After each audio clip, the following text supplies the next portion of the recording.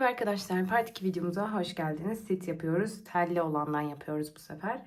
Şimdi bunun burnunu yapacağız sizle beraber. Önce burundan başlayalım istedim. Sihirli halka yapıyorum hemen. Altın içine bir tane zincir çekiyorum, sabitleme. Bir 6 adet de sık iğne yapıyorum. 2, 3, 4, 5 ve 6. Sihirli halkamı kapatıyorum arkadaşlar. Kapattım. Hemen geldim ilk yaptığımın sık iğnenin tepesine batıyorum.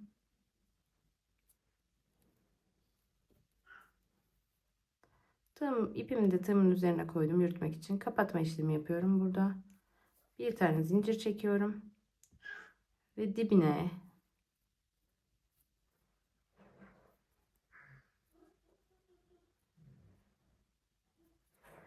arttırma yapacağım. 1, 2, aynı yere 2 tane yapıyorum. Arttırma oluyor arkadaşlar. Toplam 6 tane arttırma yapacağız. İkinci arttırmayı yaptım.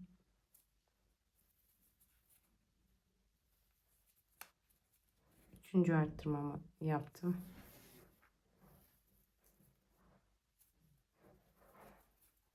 Dördüncü. Beşinci arttırmamı yapıyorum. Bu da sonuncu arttırmam arkadaşlar. Şimdi ilk yaptığımız sık iğnenin tepesine batıp ve kapatma işlemini yapıyoruz bu şekilde. Bir tane de zincir çekelim, sağlam olsun. Şimdi ipimi keseceğim buradan.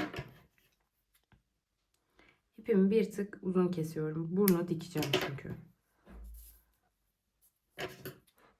Burayı da kestim. Tamamdır burun. Şimdi arkadaşlar sırada gözleri de yapalım. Şununla.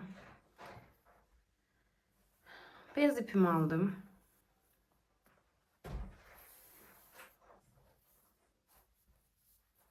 Hemen sihirli halka yapacağım arkadaşlar yine. Bir tane zincir çekiyorum. İçine 1, 2, 3, 4, 5 ve 6 adet sık iğnemi yaptım. Ve kapatıyorum. Sihirli halkamı kapattım. İlk yaptığım sık iğnenin tepesine batıyorum. Ve kapatıyorum arkadaşlar. Bir tane zincir çekiyorum. Şimdi burada 2 sık iğne, bir arttırma yapacağım. Hemen dibine 1 ve 2. 2 tane sık iğne yaptım. Yanına geldim. Bir tane arttırma yapıyorum. Şu sihirli halka kısmını bir tık açık bırakacağım. 1, 2 sık iğne ve bir tane arttırmamı yapıyorum burada. Kapatmadan önce gözümü takacağım. Şimdi bu aşamada şöyle 6 milim vidalı göz kullanacağım. Bununla gözleri şey yapmıyorum arkadaşlar. Yakmayacağım. Yakma işlemi yapmayacağım bu sefer. Çünkü fark etmiyor. Silah halkanızı siz çok sıkmayın lütfen. Bakın ben birazcık sıktığım için gözü takmakta zorlanıyorum şu an. Tam silah halkanın ortasından takmaya çalışıyorum.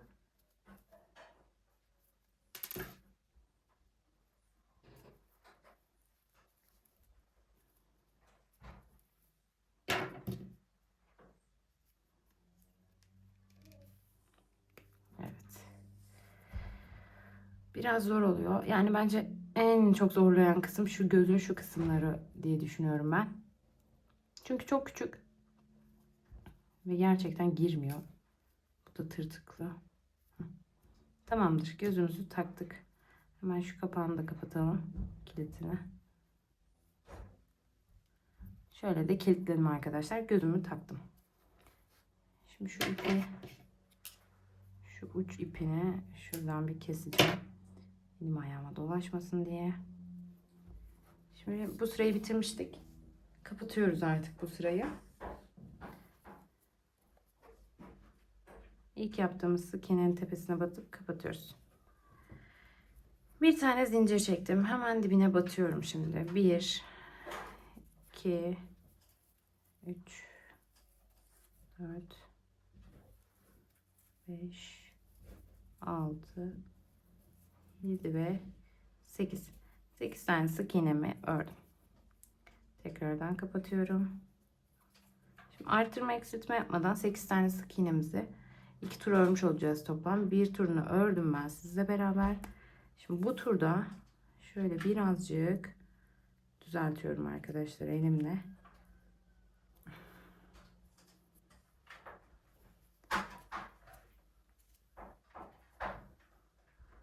Bu şekilde. Şimdi bir tur daha arttırma eksiltme yapmadan 8 tane sık iğnemizi öreceğiz.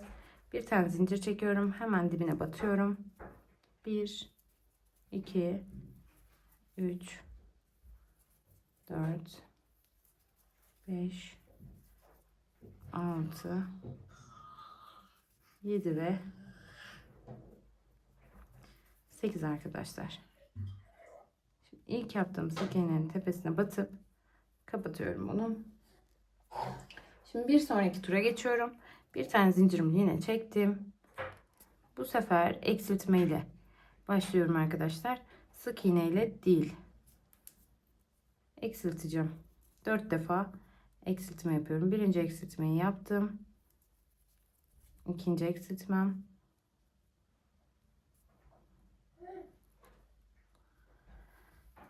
Üçüncü.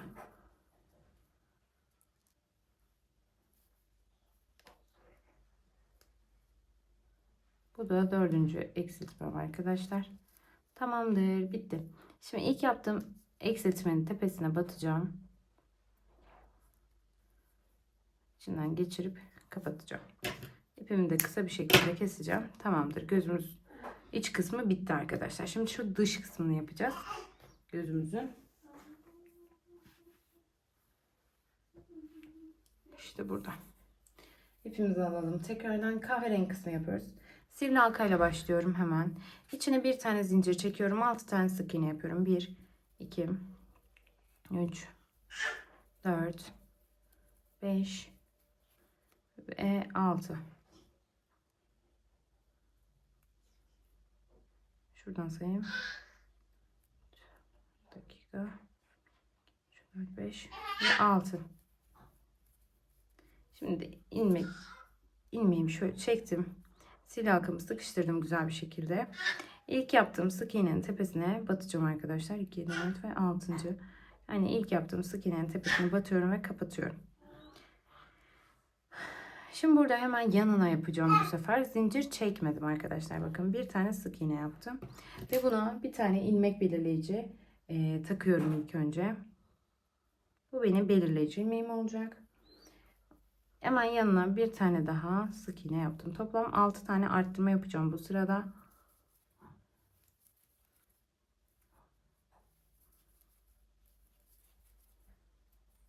İpimi yürütmeyi bırakıyorum. 12 tane sık iğnemiz olacak sıra sonuna geldiğimizde.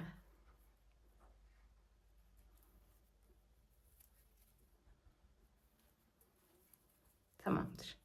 İlmek belirleyicimi çıkarttım. Hemen onun olduğu yere bir tane sık iğne yaptım. Ve ilmek belirleyicimi tekrardan yerine taktım arkadaşlar. Şimdi bu sırada 5 tane sık iğne yapacağım. Bir tane arttırma yapacağım. 2, 3, 4. 1, 2, 3, 4 ve 5. 5 tane sık iğnemi yaptım. Bir tane arttırmamı yapıyorum. 1, 2, 3, 4, 5. Bir tane daha arttırma yapıyorum. Toplam 2 adet arttırma yapmış oluyorum ve 14 tane sık iğnem olmuş oluyor arkadaşlar. Bu da bitmiş oluyor bu şekilde. Şimdi hemen buraya bir tane daha sık iğnemizi yapalım. Tekrardan yerine takalım. Tamam, bu sıraya başlıyoruz artık. 5. sıramız oluyor.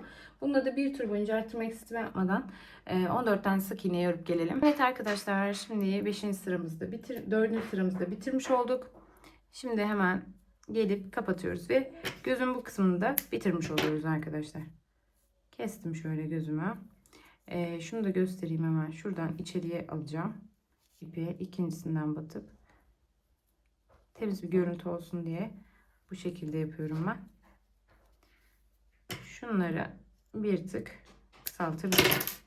Şunu da bir tık kısaltabilirim. Tamamdır. Gözün iç kısmı da bitmiş oldu. Şimdi bacaklara başlayalım hemen. Şu bizim bacağımızdı. Aynısından bir tane daha yapacağız şimdi. Sildi halkayla başlıyorum. Bir tane belirleyici sabitleme zinciri. 1, 2, 3. Toplam 9 tane yapacağım sık iğneyi. 3 oldu. 4, 5, 6, 7, 8 ve 9 arkadaşlar. 9 tane sık iğnemi yaptım. Şimdi şöyle ilmek belirleyicimi çektim. İlk yaptığım sık iğnenin tepesine kapatma işlemi yapacağım. 2, 4, 6, 8 ve şurası oluyor 9. Saydım garanti olsun diye. Kapattım arkadaşlar. Şimdi yanına geliyorum. Kapattığım yerin yanındayım. Bir tane sık iğne, pardon. Kapatma işlemimi yaptıktan sonra blue olarak örgü öreceğim. Yani sadece şu ilmeklerin arka kısımlarını alıyorum. Bakın 2 tane tarafı var. Ben şu arkalarını alıyorum. Önlerini bırakıyorum. Bu şekilde ipimi de götüreceğim. Hepsine batıyorum aynı şekilde. Şuraya hemen bir ilmek belirleyici takacağım ilk yaptığımın içine. İlk yaptığım blue sık iğnenin içine ilmek belirleyici taktım.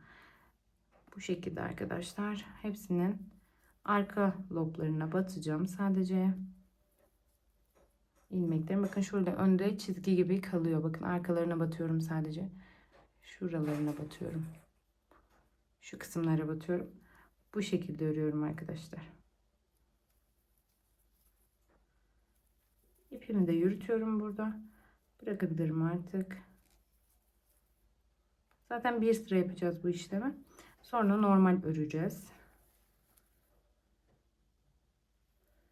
9'uncu yaptım. İlmek belirleyicimi çıkarttım. Onun olduğu yere bir tane sık iğnemi yaptım arkadaşlar. Tekrardan yerine takıyorum ilmek belirleyicimi. Her sırada onu yerine takacağız. Şimdi arttırma eksiltme yapmadan 3 tur boyunca 9 tane sık iğnemizi normal bir şekilde örüp gelelim. Evet arkadaşlar, sıramızın sonuna gelmiş olduk. 3 tur ördüm 9 tane sık iğne. İlmek belirleyicimi çıkarttım. Yerine tekrardan bir tane sık iğne yapıyorum. Şimdi 3 sık iğne, bir eksiltme yapacağım bu sırada. Birinci sık iğnemi ördüm. 2,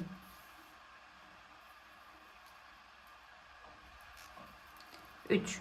Şimdi tekrardan bir eksiltme yapıyorum arkadaşlar. Şuradan alıyorum. Şurayı da alıyorum. Bir tane eksiltiyorum. Hop, kayıgımı koydum. Eksiltiyorum. 1, 2 ve 3 arkadaşlar. Tekrardan eksiltmemizi yapalım burada da. Eksiltmemi yaptım. Şimdi tekrar bir tane sık iğnemi örüyorum. İlmek belirleyicimi de yerine takıyorum arkadaşlar. Şimdi bu sırada da 3 tur boyunca arttırma eksiltme yapmadan 8 tane sık iğnemizi örüp gelelim. Evet arkadaşlar, şimdi bacağımızı bitirdik. Bu arada şurada 2 tur örmeden önce demiştim ya 3 sık iğne 1 eksiltme yapıyoruz diye, onu yanlış söylemişim. 3 sık iğne 1 eksiltme yaptım. Sonra 4 tane sık iğneyi normal olarak ördüm. Yani 9 tane sık iğnem vardı. 1 tane eksiltip 8 tane sık iğne bıraktım. Kafa karışıklığı olmasın. Ben orada birazcık yanlış yapmışım. Tekrar söktüm bu arada burayı. Tekrardan ördüm. Bilginiz olsun. Siz de düzeltin lütfen. Eğer öyle yaptıysanız kusura bakmayın lütfen. Şimdi şöyle hemen kapama işlemi yapıyorum. Bacağımı dikmeyi düşünmüyorum arkadaşlar ben. O yüzden şöyle kısa bir şekilde keseceğim. İpini de içeriye alacağım arkadaşlar bunun da. Az önce yaptığımız işlemin aynısını yapıyorum. İkinciden geçirdim. Şuradan.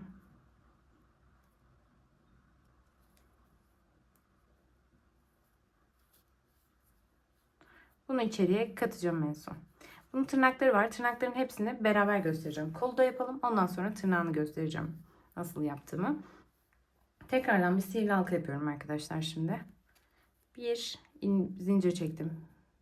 1, içine 8 tane sık iğne yapacağım. 2, 3, 4, 5, 6, 7 ve 8 arkadaşlar.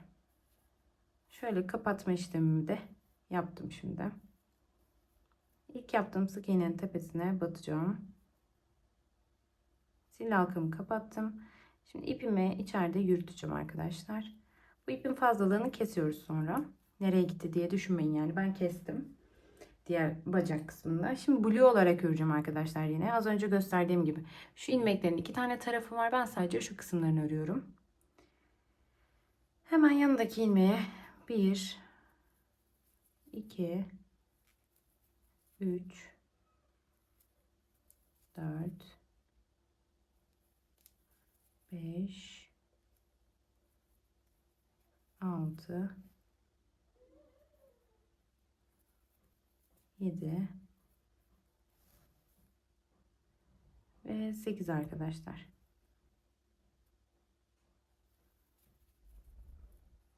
Tamamdır. 8 tane yaptım. İlk yaptığımız sık iğnenin tepesine gelip bir tane sık iğne yapıyoruz. Siz ilmek belirleyici takın arkadaşlar. Ben az önce takmadım. 8 tane saydığım için takmadım. Yeri de belli olduğu için. Şimdi bir tane sık iğnemi ördüm.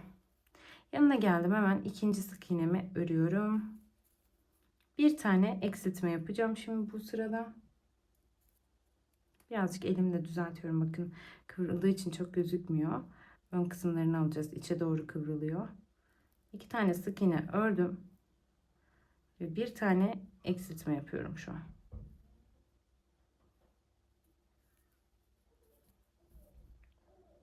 Tekrardan 2 tane sık iğne öreceğim. 1, 2. Şöyle elimle de düzelttim.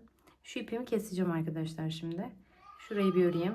İkinci eksiltmemi de bu şekilde yapıyorum hemen.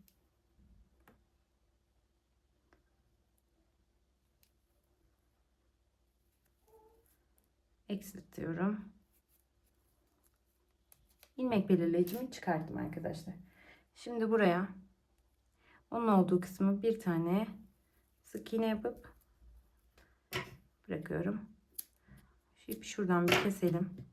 Hemen şuraya bir tane ilmek belirleyici takıyorum. Şimdi arttırma eksiltme yapmadan 4 tur boyunca 6 tane sık iğnemiz var. Onları örüp gelelim arkadaşlar. 4 tur boyunca örüyorum 6 tane sık iğneyi. Arkadaşlar bunları da bitirdik. 4 tur ördüm, ben geldim. Şimdi hemen ilmek belirleyicimi çıkartıyorum. Kapatma işlemini yapıyorum. Bu şekilde. Hemen çıkartıyorum içinden de. İpimi de aynı şekilde gizleyeceğim. Siz de gizlersiniz. Şimdi evet arkadaşlar, şimdi şu şekilde bacakları bitirdik. Bunu da bitirdik. Ben şöyle yaptım, bakın, bunun tırnaklarını yapmıştık.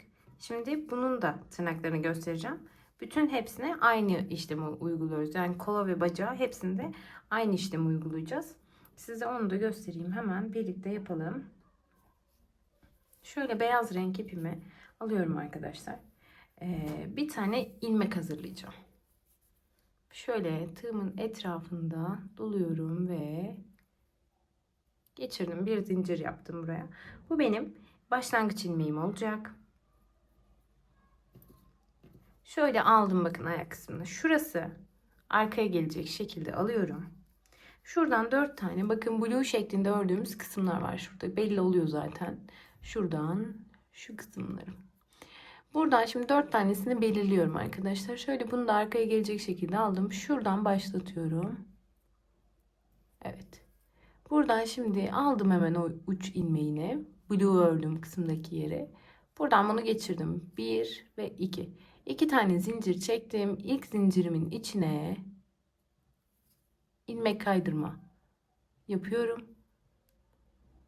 Bir tane zincir atladım ve çektiğim ilk zincirin içerisine ilmeğimi kaydıracağım. Bir dakika, olmadı.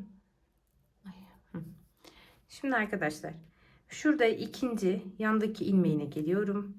Batıyorum ve buraya da ilmeğimi kaydırıyorum. Tekrardan 2 tane zincir çekiyorum. İlkine batıyorum. ilmeğimi kaydırıyorum ve hemen yanındakine gelip kapatma yapıyorum. Yanındaki ilmeğe gelip 2 zincir çekiyorum. Tekrardan ilmek kaydırma yapıyorum. Bir zincir atlayıp ilk çektiğim zincirin içine batıp ilmek kaydırma yapıyorum arkadaşlar. İpim çıktı, pardon.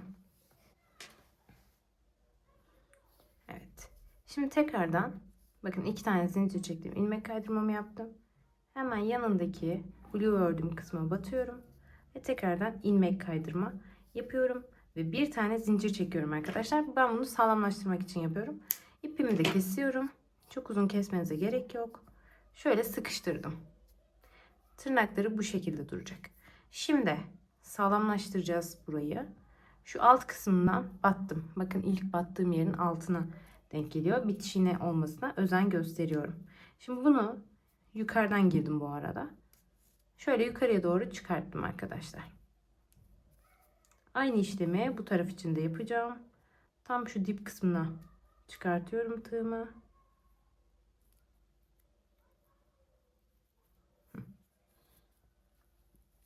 İpimi de yukarıya çıkarttım arkadaşlar. Bu şekilde. Bunu burada bağlayabilirsiniz. Şu ipi de kesebiliriz. İçeriye de kaktırdım. Bunu da bağlayacağım burada. Bir tane falan bağlasak yeterli olacaktır. Şöyle bir. Bu da ikinci arkadaşlar. Yine bağlayacak kadar uzun bırakın yani. Şimdi kesebiliriz. Ve bunları da içine ittiriyorum. Tırnaklarımız da bu kadar arkadaşlar. Şöyle 3 tane oldu.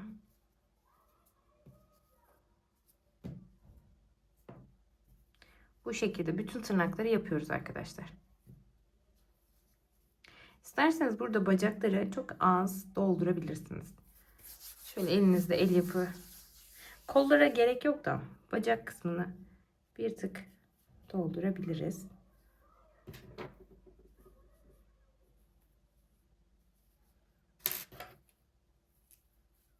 Makasımla şöyle hafif düz duracak kadar dolduruyorum. Böyle yassı olmasın diye.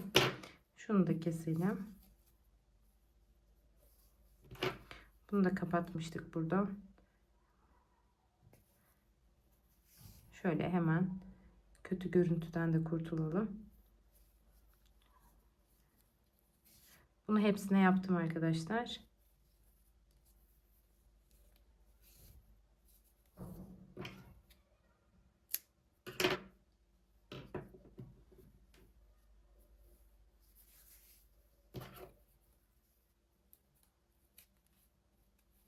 Bu birazcık fazla.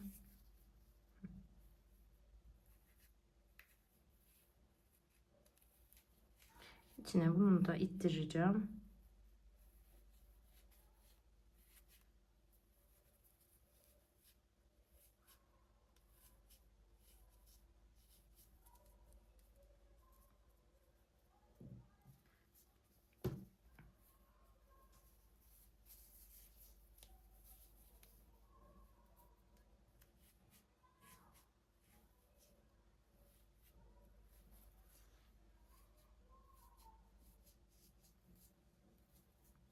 Tamamdır. Bu şekilde arkadaşlar. İkisini eşitlemeye çalıştım elimden geldiğince. Bu şekilde tamamladık burayı da. Şimdi şu kısmı göstereceğim. Çıkmadıysam. Burada kolu kesmişim. Yapıştıralım. Şimdi iki farklı yöntem göstereceğim size de.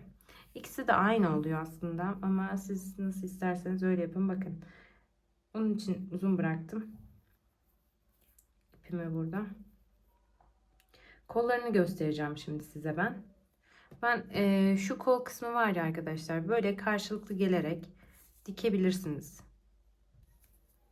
Kapatabilirsiniz yani. Silikon tabancasıyla yapıştıracağız ya. Kapatırsanız da güzel olur ama yok ben kapatamam derseniz, dikişle uğraşamam derseniz silikon tabancasıyla da yapıştıracağım. Onu da göstereceğim arkadaşlar. Bunu da bu şekilde kapattım. Burasını da alta getireceğim ve gözükmeyecek. Bu şekilde duracak. Yani dikmiş oluyorum. Bunu dikmedim bakın. Açık bıraktım ama isterseniz dikelim. Daha mı sağlıklı olur? Bilemedim ya. Bunu silikon tabancasıyla da yapıştırabilirsiniz bu arada.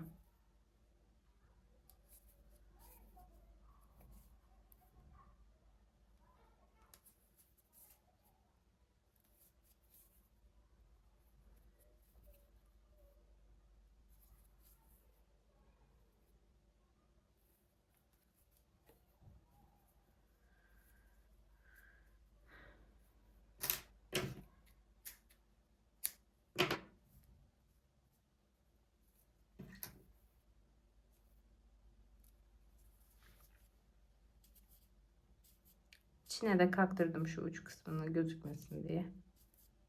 Silikon tabancasıyla da kapatabilirsiniz. Bunu mesela silikon tabancasıyla alt kısmına şu şekilde yapıştıracağım. Silikonla yapıştırmak inanın çok daha kolay oluyor arkadaşlar bu oyuncaklar. Çünkü gerçekten minik oldukları için dikmek çok zorlayıcı. Yani çok uğraştırıyor. Şimdi önce yapıştıralım isterseniz. Sonra ağız kısımlarını yapalım. Arkadaşlar ben şu şekilde birer tanelerini yapıştırdım. Şimdi şunları da sizle beraber yapıştırmak istiyorum. Silikon tabancasını çok iyi ısıtmanız gerekiyor burada. Alayım. Şu kısmı çıkartıyorum arkadaşlar. Önce şu ipi yapıştıracağım ben.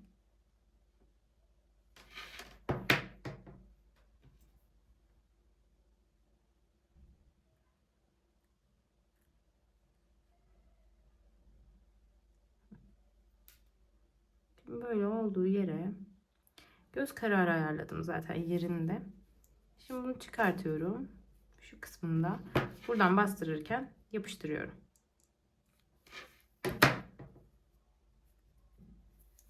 Ve bastırıyoruz yani bu kadar. Başka hiçbir işlem yok arkadaşlar.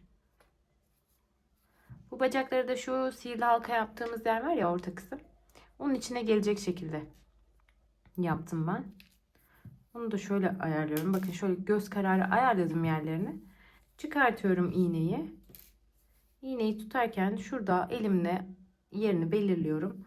Yuvarlak şekilde buna da sıkıyorum, zaten yayılacaktır. Çok aşırı bir silikonda gitmiyor zaten. Bu şekilde. Bastırıyorum sadece. Şöyle görünsün. Bir tık daha sıkabilirim. Şu alt kısım sağlam olsun. Silikonumuz biraz dışarıya çıktığında da mesela şöyle ben çok sıcakmış, yandım. Hafif birazcık soğumasını bekleyin. Benim gibi eliniz yanmasın.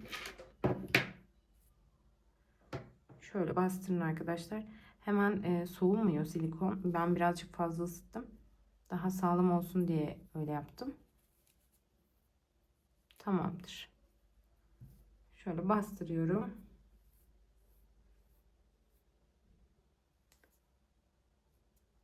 Güneş de gölge yaptı. Tamam, şimdi gözlerini göstereceğim.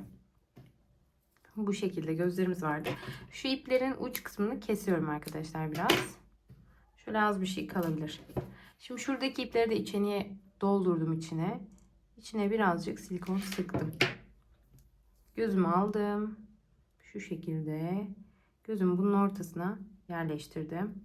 Şöyle yanlardan da bastırarak içine dolduruyorum. Baktım şöyle birazcık boşluk gördüğüm kısımlara çok az sıkın arkadaşlar, yoksa taşma işlemi yapacaktır. Az az sıkıyorum.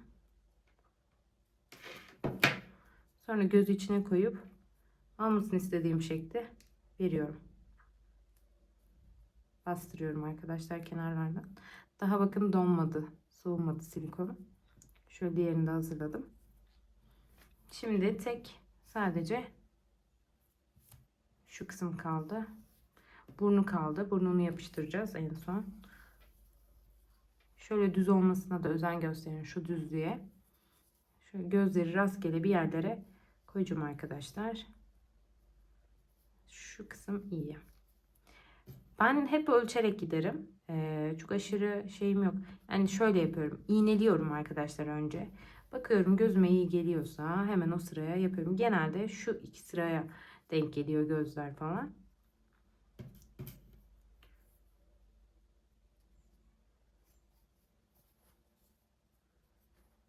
Bir dakika. Denkleyemedik. Şurası. Ama bu şekilde takmadan yapıştırmam. Çünkü bazen kötü olabiliyor sonra. Bu şekilde. Burnumuzu da alalım. Onu da yerini belirleyelim.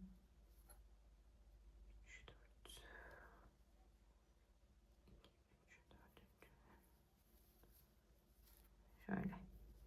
Buraya da burnumuzu koyacağız arkadaşlar. Dördüncünün başlangıcı. Şu ipi keselim. Yani dikecektim aslında ama dikmekten vazgeçtim arkadaşlar. Şu ipi de içeriye alacağım ben şimdi.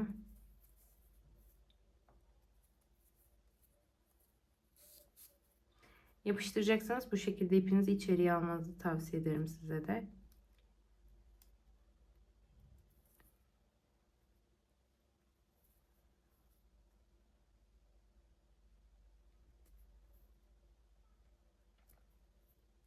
Allah Allah. Ay bugün de iplere bir türlü tığ geçiremiyorum, şaka gibi. Oh, sinirlenmeyeceğim.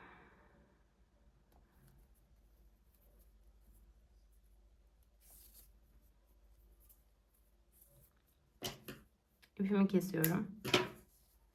Bu ipimi de buraya saklayıp burnu da buraya yapıştıracağım arkadaşlar. Burnu şöyle ayarlıyorum. Şuradan 1, 2, 3 ve 4'ün bitişine yapıştıracağım. Hatta şöyle bir tık daha üstüne olursa şuraya da ağız gelir, daha güzel durur. Bu şekilde. Şu gözümü bir tık yana alıyorum. Bakın ne kadar değişiyor. Burnu takmadan gözleri yerleştirin arkadaşlar. Bu şekilde duracak. Hatta belki bir tık daha geride durursa daha güzel durabiliyor. Şöyle bir bakalım.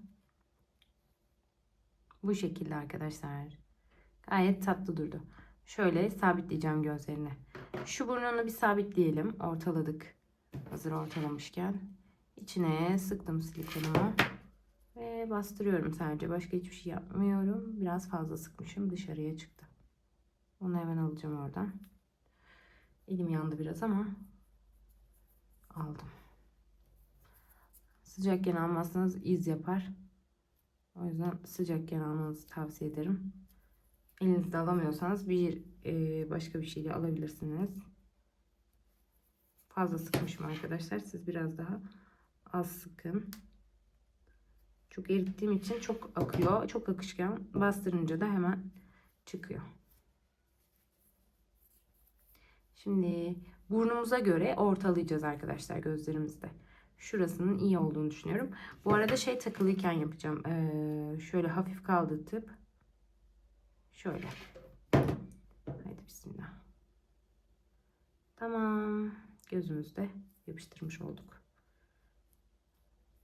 Silikon sıcak olmayınca da çıkma yapabilir arkadaşlar. Yani çok sıcak yapmanızı istiyorum sizden. Yoksa çıkma olabilir gözlerde. Şunu da ölçü vereyim. 1, 2, 3. 3 sık iğne bıraktım yanında. Bunda da aynısını yapacağım. 1, 2 ve 3. Şöyle bitişine şuradan saydığımda 1, 2 ve 3. Şuraya bunu da yapıştıracağım arkadaşlar şimdi. Hemen buradan da sayı verelim. 1, 2, 3 ve dördüncünün bitişine yapıyorum hepsini.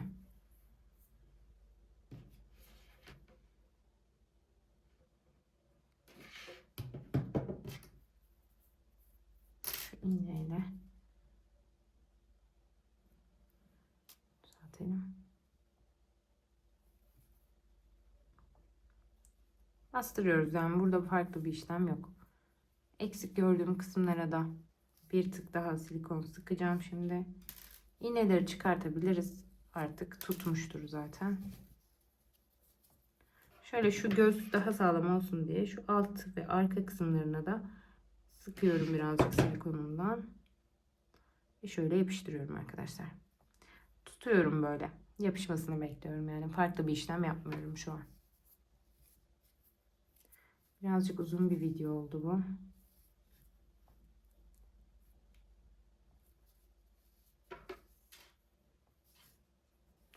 farklı dokuda bir iple ördüm bu sefer. Farklı da bir renk kullandım. Tığ numaram da farklı. Yöntemler de farklı.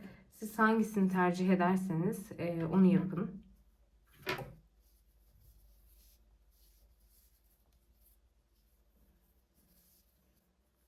Evet. Şimdi silikonla işimiz bitti şu anlık. Şimdi dişler var. Dişlerden önce ben ağzı yapmak istiyorum. Şöyle arkadaşlar, 4 kat olan bir koton ipim vardı. Ben 2 katını kullandım. 5 kat olan iplerinizde lütfen 2 kat kullanın. 2 kat ipimi alıyorum. Tığımda ama iğnemden geçiriyorum arkadaşlar. Şimdi ağız kısmını şeklini vereceğim. Hafif gülen bir suratı var. O yüzden şuradan çıkartmak istiyorum ben. Şuradan çıkartalım. Şu arkadan batıyorum arkadaşlar. Ve şuradan çıkarttım. Şu ortasından çıkartmak istiyorum. Aynen. Şuradan çıkarttım bakın. Arkada ipimden birazcık bırakacağım. En son bağlamak için. Saklamak için de şöyle biraz uzun bırakayım. Şimdi aynı yerin karşısına batacağım. Ama tutturma işlemi yapacağım en son. Aynı yerin karşısına batıyorum arkadaşlar. Ve şu ortasından çıkartıyorum. Burnun ortasından çıkarttım. Attım ve burnun ortasından çıkarttım. Şimdi bir tık gülen bir ağız istiyoruz. Biraz büyük bir ağız istiyoruz. Onu şimdi ayarlayacağım. Buradan ayarlıyorum. İkisine de battıktan sonra şu şekilde bakın elimle tutuyorum. Ve şuraya da batıp arkadan ilk girdiğim noktadan çıkartacağım. Telli olduğu için bükülmesi bir tık zor oluyor. Bunu da sabitlemek için yapmış oldum arkadaşlar. Elinizle artık bunu ayarlayabilirsiniz şeklini. Şimdi buraya geldik. İkisi de aynı noktada. İlkini çok sıkmayacağım arkadaşlar. 2 tane düğüm atacağım ve ilkini çok sıkmıyorum. Neden? Çünkü ön kısımdan çok sıkarsam ön kısımdaki o ağızım benim içe doğru gelecek ve çirkin bir görüntü oluşacaktır. Şimdi şuradan rastgele batıyorum. Ve bunu çıkartıyorum. İpimi burada kesiyorum. Tekrardan şu tığımdan ipi çıkartayım. Buradaki ipime de tığımı iğnemi geçiriyorum. Sürekli tığ derken her şeye tığ der oldum. Tamamdır. Bunu da rastgele çıkarttım. Birazcık çekiştiriyorum ve kesiyorum arkadaşlar. Daha temiz bir görüntü oluşuyor bu şekilde yaptığımızda. Şöyle masamızı da birazcık temizleyelim. Bunları da kenara alalım. Şimdi bakın şöyle ağzımız oluştu. Çok tatlı duruyor gerçekten. İsterseniz diş yapın. İsterseniz diş yapmayın. Bakın şu dişli hali. Ben yine size dişlerin de yapılışını göstereceğim. Bunu da dişli yapacağım çünkü. Bunu hediye yapıyorum zaten şu anda ben. Şöyle yine tığımı aldım. İpimi doladım ve bir tane ilmek oluşturdum. Şimdi normalde ben bunları yapıyorum. Yani önce dişi hazırlıyorum. Hazırladıktan sonra buraya da yapıştırıyorum. O şekilde yapabilirsiniz. Ama dikişle de yapabilirsiniz. 1, 2, 3 ve 4. 4 tane zincir çektim arkadaşlar. Şimdi ilk zincirime ilmek kaydırma yapıyorum. Bir zincir atladım. Yanındakine ilmek kaydırma yaptım. Yanına geldim. Bir ilmek kaydırma daha yaptım. Onun yanına geldim. Bir ilmek kaydırma daha yapıyorum burada. Tekrardan 1, 2 ve 3. 3 tane zincir çekiyorum. Birini atlıyorum. Bir tane ilmek kaydırma yapıyorum. Şimdi dişlerinin birisi uzun, birisi kısa. Burada onu yakalamaya çalışıyorum arkadaşlar. Ve bir ilmek kaydırma daha yapıyorum. Bu şekilde bakın dişinin biri uzun, biri kısa olmuş oluyor. Bir tane zincirimi çekiyorum. İpimi kesiyorum. Bu kadar arkadaşlar. Diş yapmak bu kadar kolay. Tamamdır. Şimdi bunu buraya isterseniz dikin. Şu şekilde. İstediğiniz noktaya yapabilirsiniz. İsterseniz de silikon tabancasıyla yapıştırın arkadaşlar. Ben yapıştıracağım. Şimdi şu iplerimi de bir tık küçültüyorum ben. Zaten sağlamlar burada.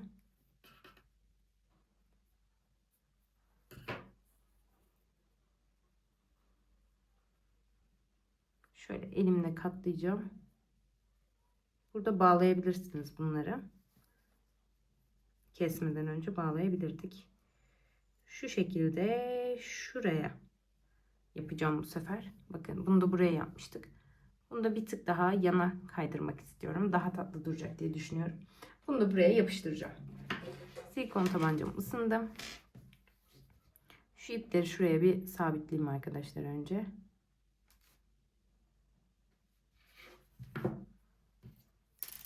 Hop.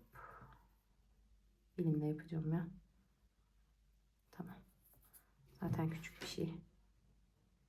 Bunu da buraya sabitliyorum. İpleri siz bağlayabilirsiniz. Ben kesmiş bulundum, unuttum. Ama yine de bu şekilde gizliyorum. Şimdi dişimiz hazır. Dişimizi de şöyle yerini ayarladıktan sonra şöyle şuraya sabitleyeceğim. İnce bir çizgi çekiyorum şuraya. Çok aşırı sıkmadım silikonumu. Şuraya takıyorum.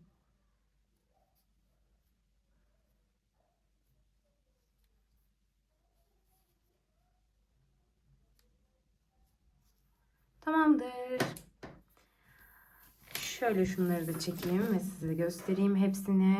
Bütün oyuncaklarımızı. Bakın.